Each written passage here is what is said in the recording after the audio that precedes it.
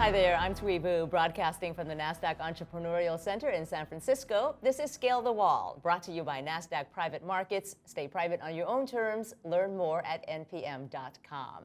Running a business, as we all know, is not for the faint of heart. Entrepreneurs and small business owners always face tough challenges. And when that happens, they need to scale the wall.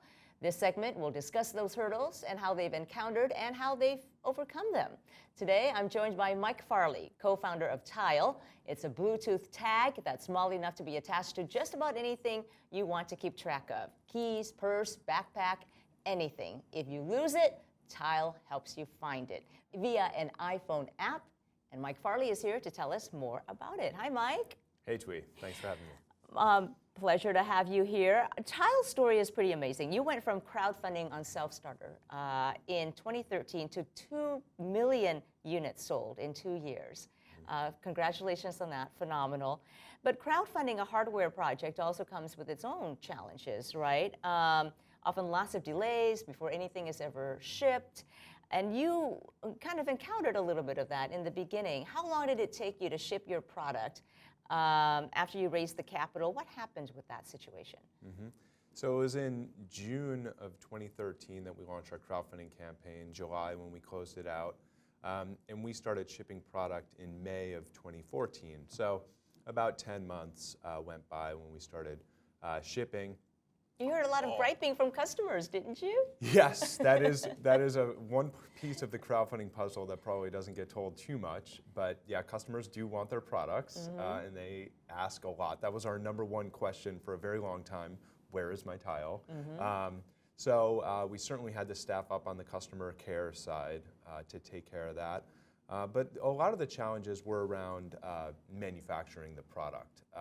One problem in particular was ultrasonically welding the tiles together. There's two pieces that get ultrasonically welded together, and when you're doing just hundreds a day at the manufacturing facility, the problems you run into and the precision you need on that tool is much, much different than the precision you need when you're building tens of thousands, right? So those were the types of problems we had to get through with our manufacturing partners to get the product to market. And on the customer care side, how did you handle the customers who were griping? We just had to let them know that we were working on it, and we gave them periodic updates and gave them the current estimates, and they just had to be patient. And then also we made it very easy for folks to refund. That was one thing that I was adamant about from the beginning. If someone doesn't want to wait, they want their money back, no problem at all, no questions asked. Yeah. Here you go, here's your money back. So where do you go from here with Tile? So just recently, a couple weeks ago, we launched Tile Slim, as we call it. This is a very thin version of Tile that you can slide right into your wallet. You can also stick it to a passport, stick it to a laptop. And this was really important as part of our three-pronged strategy. Number one was just to introduce the world to smart location.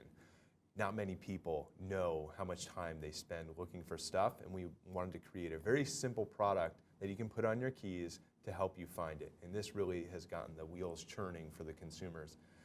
Launched our second product, the Tile Slim, and number three was launching our Tile Smart Location.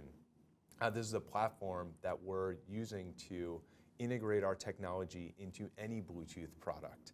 So say your Apple AirPods, we could integrate Tile Smart Location technology right into those, so you'd be able to find them through the Tile app by pressing a button. And our three-pronged strategy: one, introduce the world to smart location. Two was build this network, build this community, which helps us find stolen cars, stolen motorcycles. And number three is just get Tile into everything. How tough is it to, at this stage in the game, to differentiate yourself and stay ahead of the curve?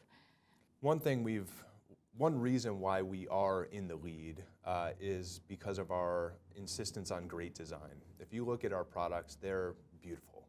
And not just the way they look, the way they feel, the way the buttons feel. The new version of Tile, I've sampled 20 plus push button controllers, and just before we find the right one, our new product has a really beautiful starburst design on the front of it.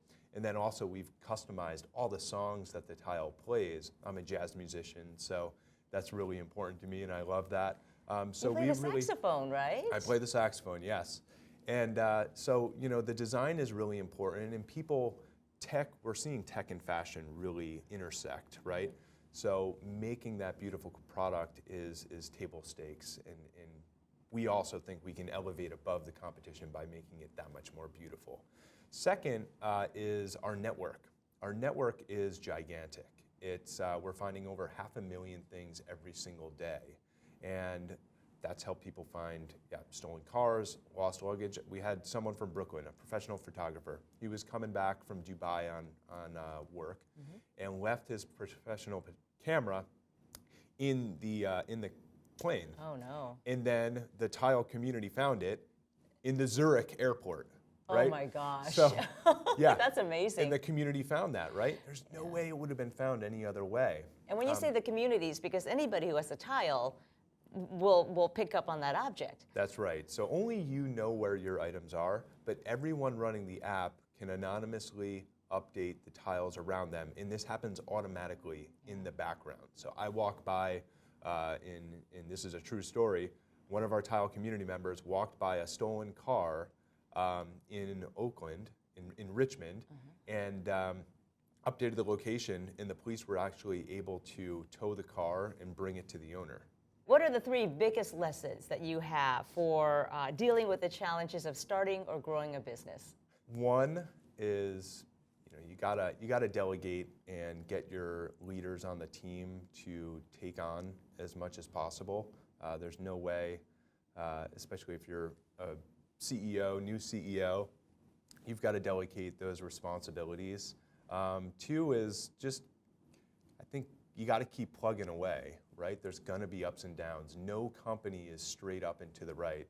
And number 3 is that I think a lot of the really successful companies, the Googles, the Facebooks, the Microsofts, we look at them and we think that it was inevitable that they would see that success. And I think if you went and talked to the founders and the CEOs, you would know that they were not destined for success. They made it happen. So, when you hit those ups and downs, just have faith and belief that you and the team can get it done, and stick to it, and you'll make it happen. Great tips. And saxophone, is that how you relax?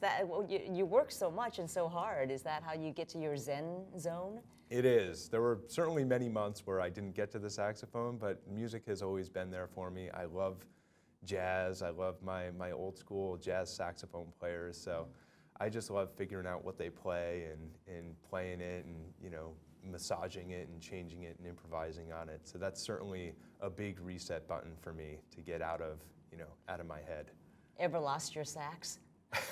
Fortunately, I keep a really close eye on my saxophone, have not lost it. Does it have a tile on it? Yeah, we do have tiles, absolutely, on the saxes. I bet you do. More than one, plural. I have several saxophones, yes. Oh, I see, okay. It's a large collection. All right, well, at least we know that's one thing you'll never have to go looking for. That's right. Mike Farley, thanks so much for being here. Thanks, Tui. Mike Farley, CEO and founder of Tile. Join us every Friday as we scale the wall, brought to you by NASDAQ Private Market. Stay private on your own terms. Learn more at npm.com. I'm Tui Vu, and this is Business Rockstars.